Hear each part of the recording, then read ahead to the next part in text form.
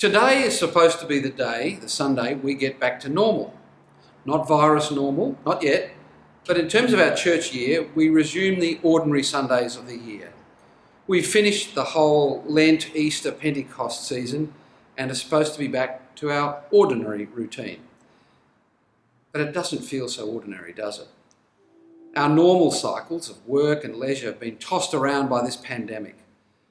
Some people are working harder than ever. Police, nurses, parents juggling homeschooling. Others have lost their jobs, maybe some of their work or their job security. And others, especially our most vulnerable, are forced indoors, isolating from this hidden enemy.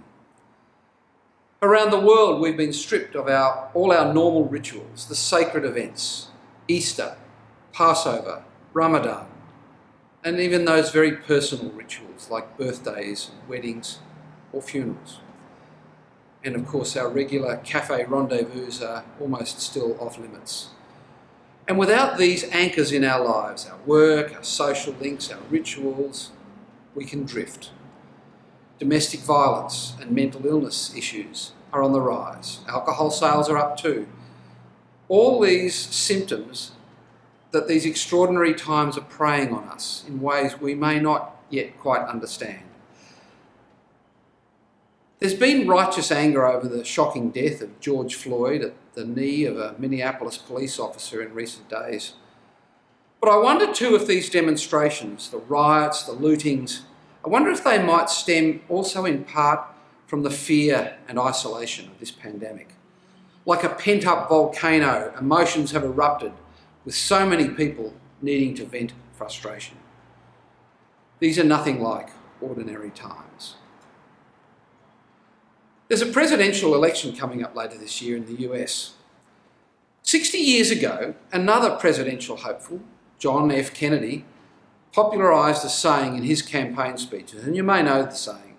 He said, in the Chinese language, the word crisis is composed of two characters, one representing danger and the other opportunity. In today's readings, we're reminded of Kennedy's catchphrase.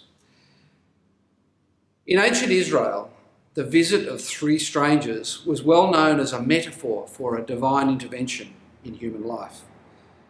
So a good storyteller would have known the impact on his audience of such an arrival at the tent of the ageing Abraham and Sarah. Something extraordinary was to happen. Children would have gone quiet around the fireside, goggle-eyed to think of a 100-year-old couple becoming parents. In such a pre-scientific age, the story of the ancestors of the Israelites would confirm that they were the chosen people of God, destined for greatness. Childbirth at any time in that era was full of danger, let alone in old age. And yet, as well as the danger, Sarah and Abraham saw the opportunity. God has brought laughter for me.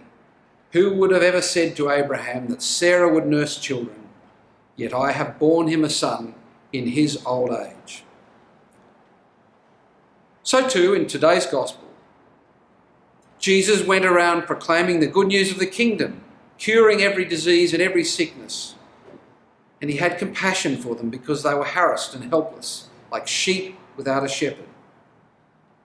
And when he sent out the 12, he said, proclaim the good news. The kingdom of heaven has come near. Cure the sick, raise the dead, cleanse the lepers, cast out demons. Just imagine hearing this story in a world before we had Howard Florey and antibiotics, before Alice Bell had invented a cure for leprosy, before Sigmund Freud had designed the art of psychoanalysis, before any of our modern medicines. This was a tale beyond comprehension. The healing of the mentally ill, the demonic, of lepers, the dying. It was wishful fantasy, dreaming. The message of Jesus, the same message for Sarah and Abraham, is the message we need now.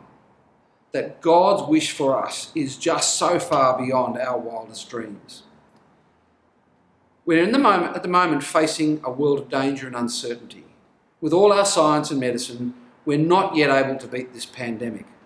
For a moment, we're again like those lost sheep, But today's stories remind us of what God's got in store for us. If we can not just see the danger and fear, but the opportunity we're offered by God's presence among us. I come that they may have life and have it in all its abundance.